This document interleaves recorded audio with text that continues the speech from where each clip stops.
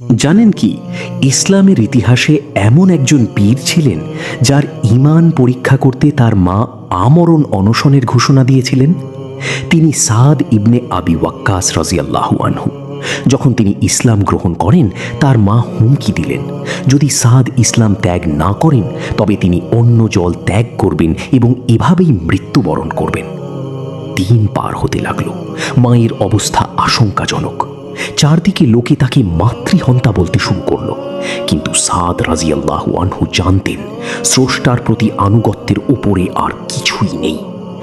তিনি মায়ের চোখের দিকে তাকিয়ে বললেন, মা, আপনার যদি 100টি প্রাণ থাকতো এবং একটি একটি করে সব শেষ হয়ে যেত, তবুও আমি আমার ধর্ম ত্যাগ করতাম না। ছেলের এই অটল ঈমান দেখে মা হার মানলেন এবং অনশন ভাঙলেন। এই সেই সাহাবী যাকে স্বয়ং হযরত মুহাম্মদ সাল্লাল্লাহু আলাইহি ওয়াসাল্লাম বলতেন, হে সাদ, তীর নিক্ষেপ করো, তোমার জন্য আমার বাবা মা উৎসর্গ হোক। মহাবীরের বীরত্বের গল্প কি আপনি আগে জানতেন? কমেন্টে জানান। আর এমন আরও ভিডিওর জন্য সাথে থাকুন।